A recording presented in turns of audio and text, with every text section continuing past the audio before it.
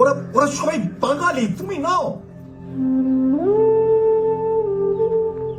আমি অবাঙালি, এতে আমার দোষটা কোথায় বাবা?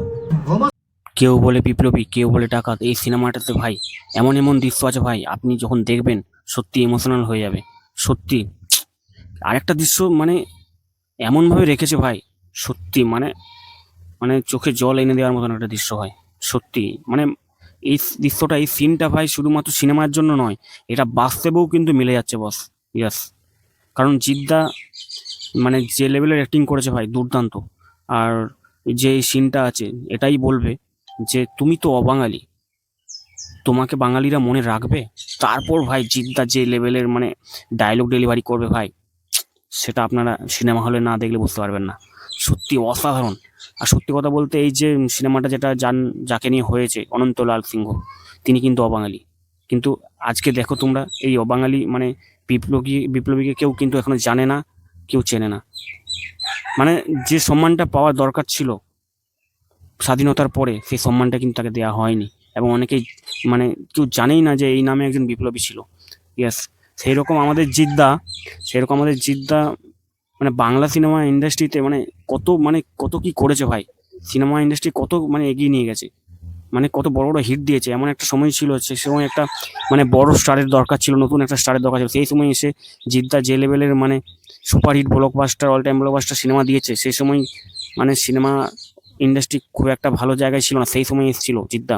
মানে সেখানে দাঁড়িয়ে বাংলা ইন্ডাস্ট্রিকে অনেকটা এগিয়ে নিয়ে গেছে ভাই। কিন্তু সেই সম্মানটা কিন্তু তিনি আজও পায়নি। ইয়াস, সরকারি কোনো একটা অনুষ্ঠানে বা কোনো সম্মান পায়নি, সরকারি কোনো সম্মানই পায়নি। কিন্তু বাঙালি কেন, তিনি একটাই দোষ, তিনি অবাঙালি। কিন্তু দেখো, ওনার জন্ম তো কলকাতাতে, কালীঘাটে। ও বাঙালি মানে কি বলবো, অবাঙালি বলে তার এটাই দোষ? ওর তো জন্ম, খেলাধুলা, জীবন যাপন সবই তো এখান থেকেই শুরু হয়েছে, বাংলাতেই তো তার জন্ম।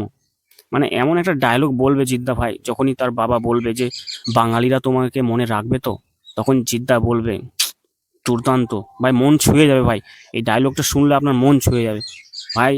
মানে তুমি এই ডায়লগ শোনার পর ইমোশনাল হয়ে যাবে, কারণ যে মানুষটা বাংলা ইন্ডাস্ট্রির জন্য এত কিছু করেছে, তাকে কিন্তু বাঙালিরা অতটা মানে কি বলবো, কিছু কিছু বাঙালিরা তাকে মানে দেখতে পারে না, মানে সম্মান সেরম দিতে পারে না, কারণ তিনি ও বাঙালি। ইয়াস, সত্যি এই ক্যারেক্টারের সাথে জিদ্দার কিন্তু অনেক মিল রয়েছে। ওই মিলটা রয়েছে বলেই কিন্তু এই ক্যারেক্টারের সাথে মানে পুরো মানে মিলে গেছে, এবং দুর্দান্ত কাজ হয়েছে। মানে বাঙালিদিকে অবশ্যই কানেক্ট করবে এই সিনেমাটা। এবং সত্যি কথা বলতে জিদ্দার অভিনয় এবং যারা এই সিনেমাতে অভিনয় করেছে, কাজ করছে, দুর্দান্ত হয়েছে। আর সিনেমার মানে সেই সিনটা যারা দেখবে ভাই, যারা বিশেষ করে জিৎ ফ্যান বা এমনি নিউট্রাল দর্শকও কিন্তু এই ফিলটা বুঝতে পারবে যে জিদ্দা অবাঙালি বলে তাকে এতটা মানে মানে ইন্ডাস্ট্রিতে এতটা এইভাবে করে রাখা মানে আটকে রাখা হয়েছে, বা অনেকটা মানে অনেক কিছু ক্ষেত্রে তাকে বাধা দিতে হয়েছে। বা সিনেমা রিলিজ হলে তার সাথে দু তিনটে সিনেমা জোর করে রিলিজ দেওয়া বাংলাতেই। ভাই অনেক কিছু আছে ইন্ডাস্ট্রিতে, পলিটিক্স, সেইভাবেই জিদ্দাকে আটকে রাখার অনেক চেষ্টা করেছে। জিদ্দা কিন্তু তার নিজের কাজ পরস্পর করেই চলেছে ভাই। এই সিনেমাটা যে লেভেলের হিট হচ্ছে, যে লেভেলের রেসপন্স পাচ্ছে ভাই, ব্লকবাস্টার রেসপন্স, সত্যি এটা হওয়ার দরকার ছিল। মানে দর্শক কিন্তু জানে কে ভালো কে খারাপ, ঠিক আছে। আর ব্যাপারটা হচ্ছে, যখনই প্রশ্ন আসছে অবাঙালি, ভাই জিদ্দা তো অবাঙালি, কিন্তু জন্ম তো হয়েছে কলকাতায়, বাংলাতেই তো তার জন্ম, তার মানে ভাষাও বাংলা। জিদ্দা অবাঙালি হয়েও এমন বাংলা ভাষায় কথা বলে ভাই, কিছু লোক তো বাঙালি হয়েও বাংলা ভাষাটা কথা বলতে পারে না। সেখানে দাঁড়িয়ে আমাদের জিদ্দার বাংলা ভাষায় কথা বলাটা শুধু দেখবে। সত্যি জিদ্দার যে লেভেলের কাজ হয়েছে ভাই, দুর্দান্ত। কেউ বলে বিপ্লবী, কেউ বলে ডাকাত, এই সিনেমাটা আপনারা সবাই দেখতে যান।